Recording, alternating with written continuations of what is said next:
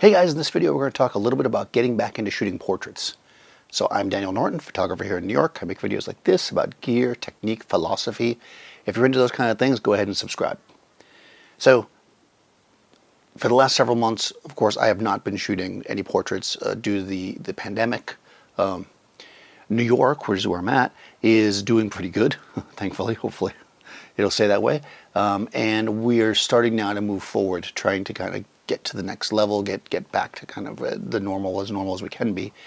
And for me, and of course this may differ depending on where you are in the world or the country, you may or may not be in this position to do this, but when you are, possibly this will help. Now I'm going to do a more comprehensive video, I think, on this, but for now I'm just going to talk just really briefly about my thoughts, because I did my first photo shoot, a portrait shoot I should say, in several months the other day.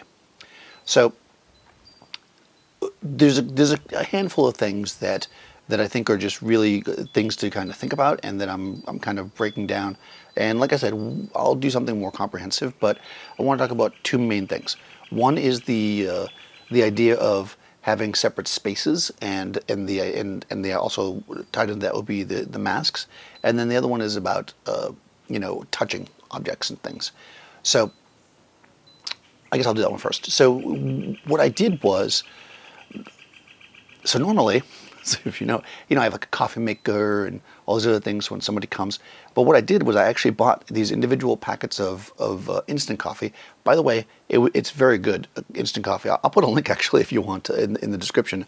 It's like a Korean. Of course, I can't read them. So maybe somebody who I'm not sure if the coffee is actually Korean. It said Korean on it, but I can't read the language at all. I'm going to assume that it is because that's what it said. But all these different like little tubes, and they've got like there's like coffee in it, and then there's like I guess a sweetener and a creamer or whatever too. So you just kind of pour it in there. It's like a complete thing. It's done. And I got paper cups. Now normally I like to use mugs in my studio because I don't want to waste and whatever. But I think at this point it's just better to go with the disposable. So I got myself some disposable paper cups. I've got myself this coffee, so that all we've got to do is heat up water in the microwave or whatever, and then they can make their coffee and everything gets tossed at the end. I'm not worrying about things being around. Or obviously people can bring a cup of coffee, like which a lot of people do anyways. So that part was pretty simple. But the other thing that oftentimes, and I think we all do this and we might not be aware of it, is that we often have models touching our either computer or camera. Especially if you're somebody that doesn't shoot tethered. If you don't shoot tethered, you usually show them all the pictures, you turn around and you show them the back of the camera. You're getting this really close interaction, and also inevitably they're going to touch the stuff. If you are not shooting tethered, I recommend that you do it. Now's the time, right? Get yourself Capture One. Capture One has something in it called Capture Pilot, which allows somebody with a smart device that's capable of running their app. I think it might only be Apple devices, but I'm not sure about that. To basically log into your session and be able to see the pictures right there. If you're like me and you have something extra, like an old phone or an old iPad, you could even have that available. That's normally what I do for clients. I have an iPad already set up. This is normally for like commercial clients because I don't want them standing around the computer. But when I'm shooting one-on-one with the model, typically they just look at the pictures on the computer with me because that's simple, right? Since that could be problematic, with the being close together and touching things, this is just a lot easier.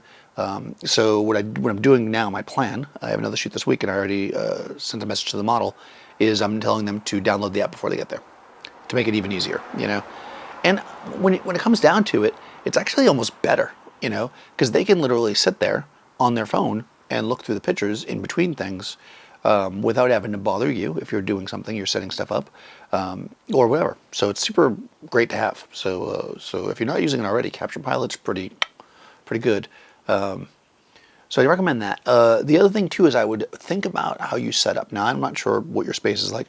I have a studio in Manhattan. It's not huge because it's in Manhattan.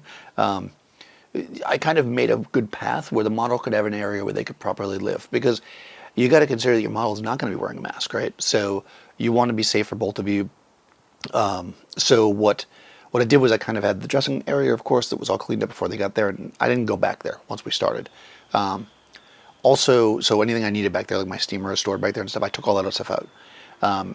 The other thing is that I kind of set myself up, and again, because Capture Pilot, they didn't have to walk up to my computer. I set myself up so that they didn't need to invade my space. That's going to be important, to have these like separate spaces. And then, of course, I mean, unless you're doing something really funky with wide-angle lenses, you're usually, a few feet away anyways. 6 feet is, I guess, the recommended, that was the word I say it, recommended space. So I kind of, I have big 4.5-foot squares of floor, so I was able to kind of eyeball it and put things so that we had enough distance. So it wasn't really that hard. I mean, it was actually very easy, and it didn't feel as weird as you might think. So there's a lot more steps, like I said, to go into, but I thought I would just throw that out there. If you are thinking about getting back into it, be cautious, of course, be safe, and, just take some basic precautions. Obviously the washing the hands and everything is good. Oh, I want to talk quickly about masks. So your mileage may vary, as they say. So normally I have two different types of masks that I use. When I'm going like grocery shopping and stuff, I have this one, which is pretty cool. My sister got it for me. It's kind of a cool design, right? You see a lot of people with these. It has a place in here for a filter, which is good, right? It's all washable. The only problem I have with this is that because it goes around your ears and because of just the nature of it, because I was shooting a video, I was talking a lot, and I felt like it got pulled down a lot. Not so much that it fell off my face, but it was a little bit weird. If you're a talker, if you talk a lot, that might be difficult. The bandana, which is what I normally use when I'm walking around and hiking and stuff, is perfect for that because, of course, you're not pulling down. But for me, in particular, because I have a lavalier microphone on, right? I didn't want to bang it into it. So I'm not sure if they could hear that or not, but so I didn't really feel like this was a good option for me when I was shooting the videos. Just doing portraits, a bandana I think would be a good option. So I picked up this, which I'm going to use tomorrow.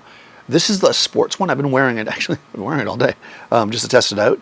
It goes nice and firm around your head, and it has these, well, of course, I didn't really realize this until I ordered it.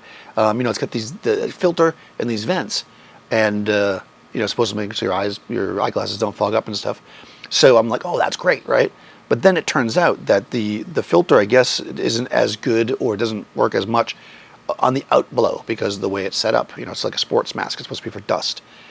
So what I did, and I made sure it works so I wouldn't have trouble tomorrow, is I put the mask filter from my other mask in here, and it actually covers it. So this actually gives me the best of both worlds because I have a good filtration system both in and out, and it's nice and tight on my face. So I don't think I'm going to have that problem with me talking. I guess we'll find out.